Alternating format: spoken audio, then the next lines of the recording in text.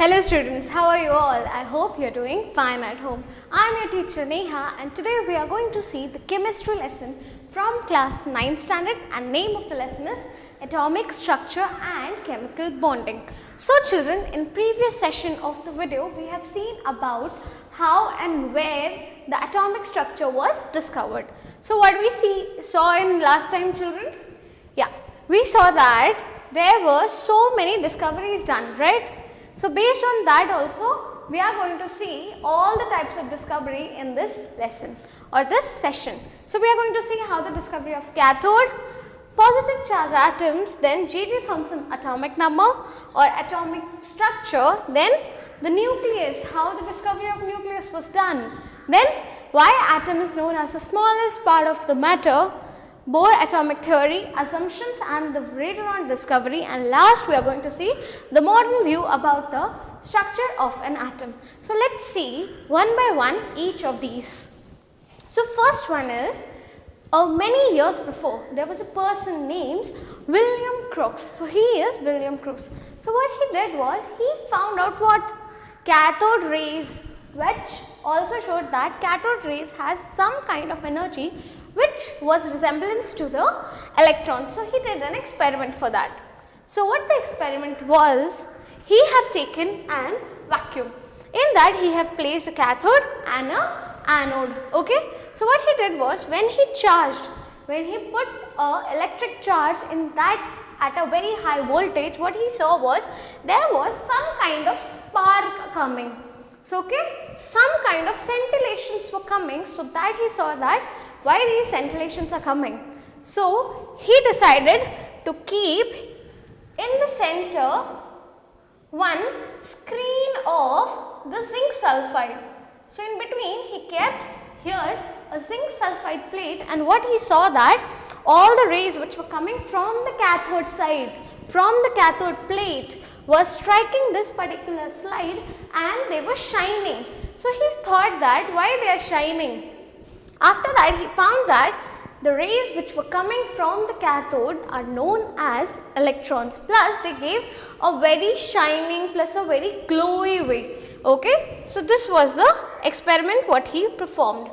After that, in that conclusion, when he completed the experiment, what he found was whenever there was some kind of attraction between the atoms, or here when cathode rays were coming, he found that the weight of the elements or the particles which were coming was very light in weight. So after that he found that yes, you can name that particular kind of atoms or particles as electrons. And why he named it as electron? Because it showed some negative property, but the weight of that particular substance was very less. Later on, what are the characteristics of electrons, what he found? So let's see here. He found that the absolute charge on an electron is always minus 1.6 into 10 to the power minus 16 coulomb. So this is the particular kind of charge which each and every electron portrayed. Then he also found that the relative charge of an electron can be written as minus 1. Then he also found the absolute mass, that is weight of an electron was 9.1 into 10 to the power minus 28 grams. This you can also write it as it is the 1 by 1837th part of a 1 mass of an hydrogen. So that is what is written here, that electron mass is equal to 1 divided by 1827 times of the mass of an 1 atom of electron. Just imagine how small this particular thing is. Electrons are so small, but what are the charge? The charge is negative charge. Okay? Yes. So later on, the person named here Goldstein, he came and found out the concept of discovering protons. He said that okay, negative charge is there, but atoms always look what? Neutral, right? So how you can say that whether there are positive charges present or not? So for that he did an experiment. So what was the experiment? Same, he also placed a cathode and an anode. After placing a cathode anode, what he did was he placed one more cathode, and here this time the cathode was perforated. perforated means there will be some holes there. Okay. So what happened here is when the charges started coming from the anode side towards the cathode, here due to the presence of space, what happened? That charges passed through that particular plate and there was some accumulation over there, that is a red glow was there. So that red glow showed that yes, not only negative but there are positive charges also present. So this was the procedure how he followed. After that he also used zinc sulfide, like how previously the person have taken the zinc sulfide and found the cathode rays, right? So same way even he tried with the zinc sulfide plate. So let's see what are the proper characteristics of a positively charged particles. See children, here it will be directly opposite to the characteristics of a negative charged atoms or negative charged particles, which were electrons. So let's see what are the characteristics. So first characteristics was the electric charge of these particles are positive. See, electrons are negative, that means we need something positive, so equivalence will be there. So the protons were named as a positive charged particles. Then depending on the natures, the number of particles will be multiplying. Just imagine if an charge of any kind of substance or a gas is 2. So how it will come? It will come with the multiple of 1.6 into 10 to the power minus 19 coulomb. Do you know this number? What's this number?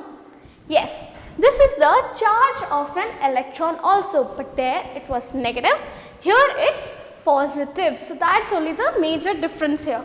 Then come to the third point. The third point is the mass of the particle was same as the atomic mass of the gas. Suppose the mass of a gas is 3. So here the mass of the protons will also become 3. Okay? Yes. And finally, these particles were affected by the electrical and magnetic charges. Suppose there is some kind of electric charges produced, then the proton movement can differ. If magnetic are there, then it can differ the shape, size or even the movement. Okay? Yes. Now then came the person named J.J. Thomson. As you can see in the figure, he is a very handsome man. What he said was, whatever the people previously, Goldstein and then the other people have said, he said that, no, it's not like that. He said that he gave a proper size or proper structure of an atom, and what he gave as, he said that an atom will look like a watermelon. So here in watermelon, the red part which is seen here is the positive charge and the black seeds.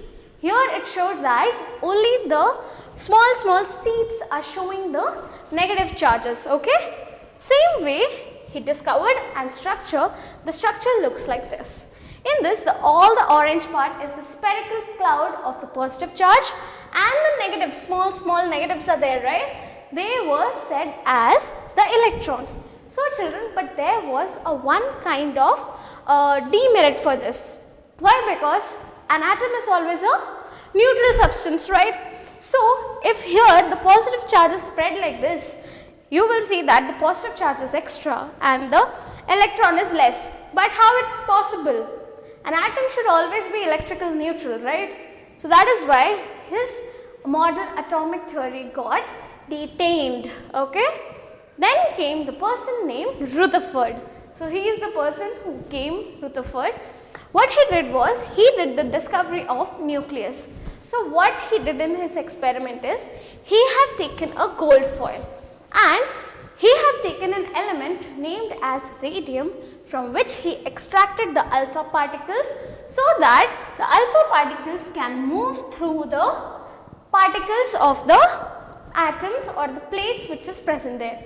What he saw that if there was equal distribution of positive charges, then the atoms or the alpha particles should go straight. But here what happened is, he saw that there were many deflections.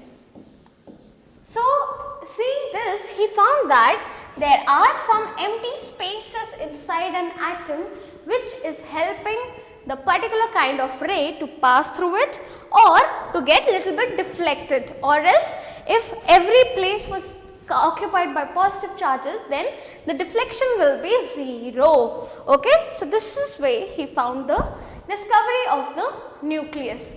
But he did not say that nucleus is present where. He said that yes, nucleus is present somewhere inside the atom, but it will be in very small size. Okay, so that's what he found out.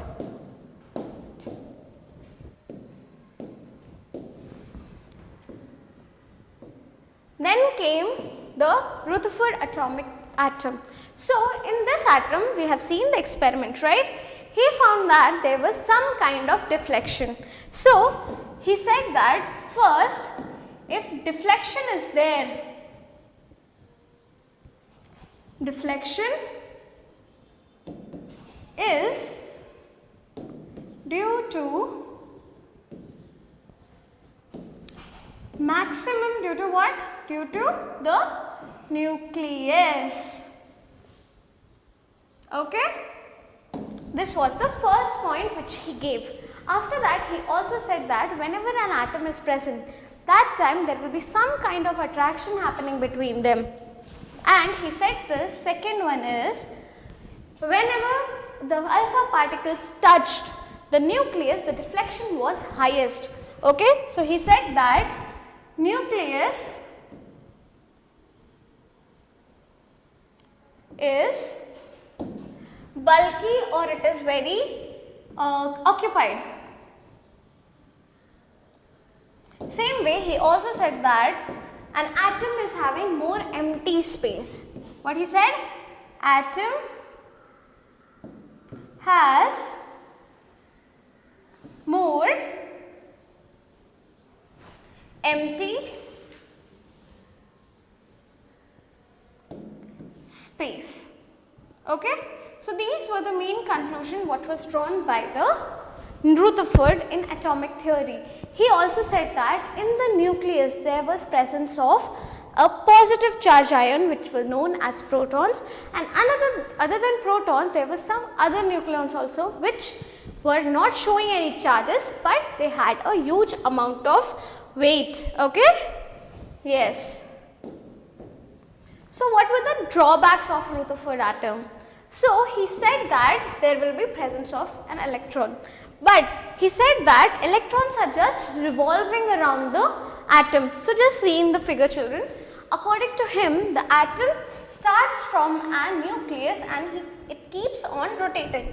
So what happens here is, if it keeps on rotating without knowing what is the diameter, what is the way of moving, then what happened after a particular time, the electron should come out of the reach of an atom. But really, does it happen? No, right? So this was the only drawback which a Rutherford atomic model showed.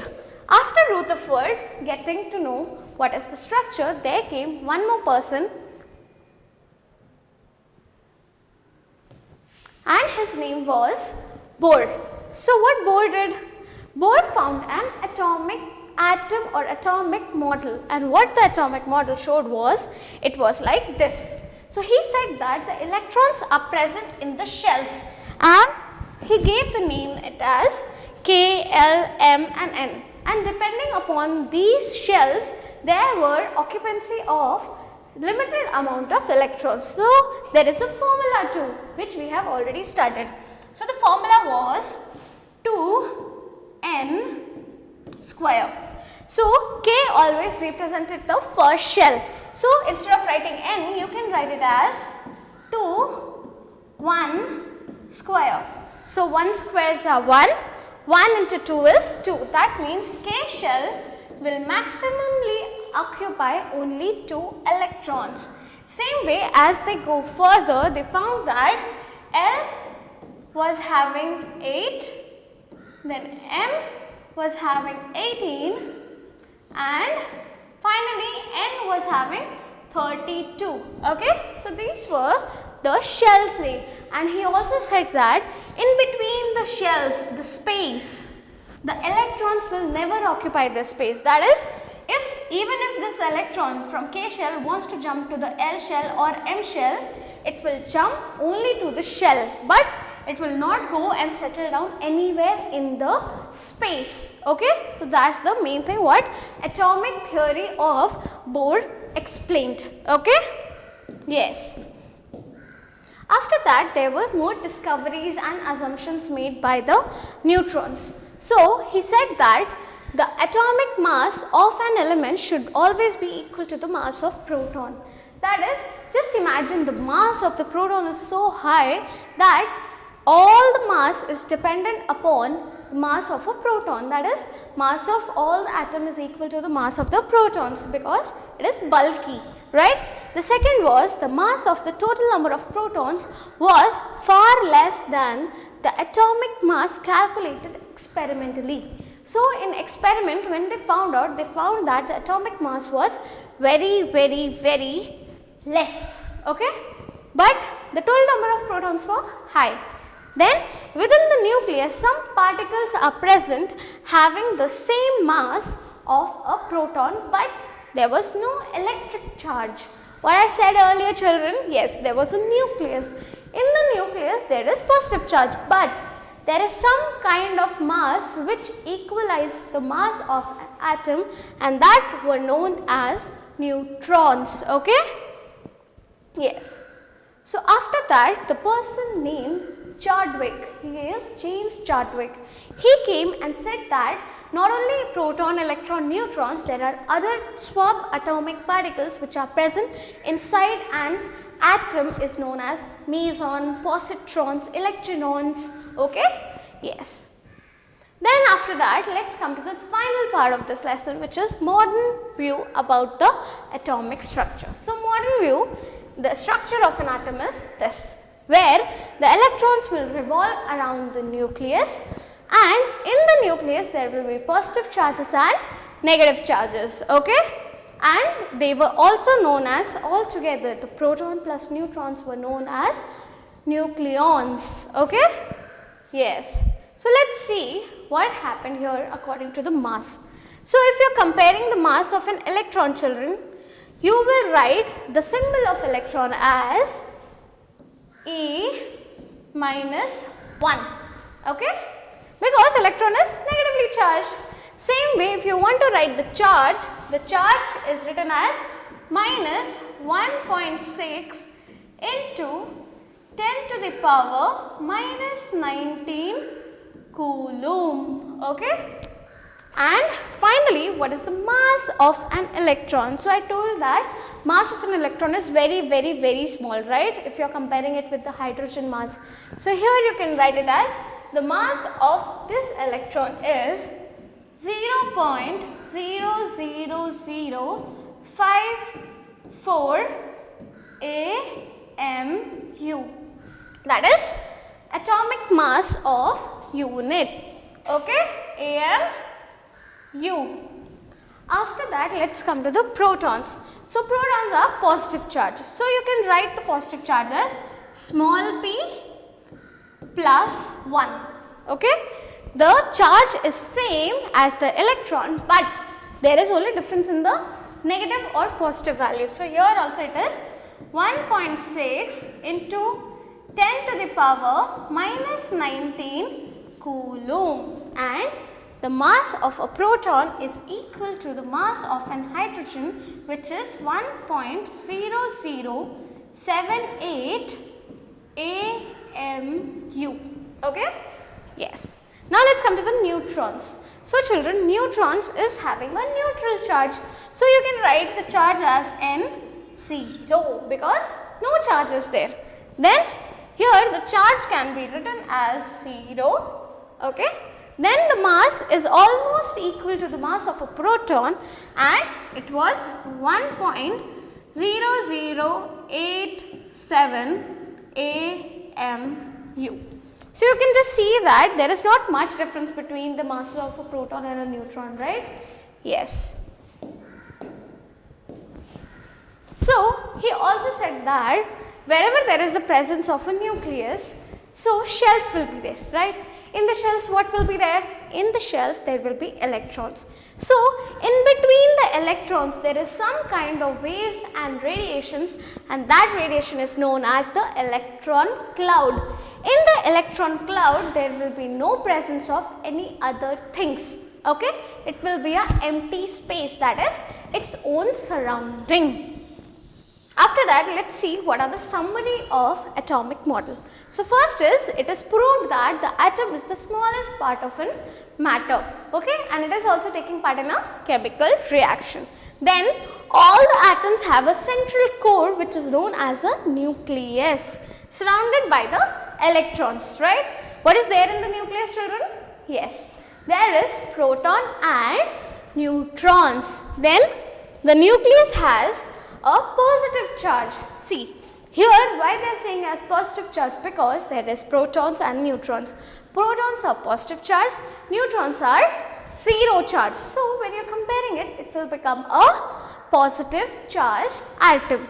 Then an atom is always electrically neutral. That means if there is nucleus with presence of positive charge, the surroundings, that is electrons, will have the same and equal amount of negative charges. Okay? Yes. Then the fifth point is that the mass of an atom is entirely depending upon the mass of the nucleus. See, the size of the nucleus is very small, but still if you are comparing the mass of a proton and neutron, it is high. High with what? High with the mass of an electron. So, that is why it is depending upon only the mass of a nucleus. Then all electrons have electric charges which are same, and it cannot be subdivided. That means if there is one electron, that electron will always have a particular mass, that is 9.1 into 10 to the power minus 28 gram. Then every nucleus is an assembly of proton and neutron. In the nucleus there will be proton and neutron both. Then the protons are identical and have equal and opposite to the electron cloud. If electron charge is negative, then the proton charges will be positive. So, that is what it is saying. And then the ninth is, the mass of a proton is always equal to the mass of an atom of one hydrogen. Then neutrons have no electric charge, but their mass is equal to the mass of a proton. Then the volume of atom is provided in some or the above way in its electrons. See, electrons are having a particular kind of charge, and most of the space in an atom is occupied by electrons. So, that is why the statement is given. Then the ratio of volume of atom and the volume in the nucleus is 10 power 12 is to 1. That is the ratio of volume of atom. Atom is how much? 10 power 12, and the volume of nucleus is 1. So, just imagine it is so small, right? Yeah. So, students, in this lesson we have discussed about all the types of periodic stability, and then we have discussed about how the electrons, neutrons, nucleons were originated. Until we meet next time with a better video, till then, bye bye.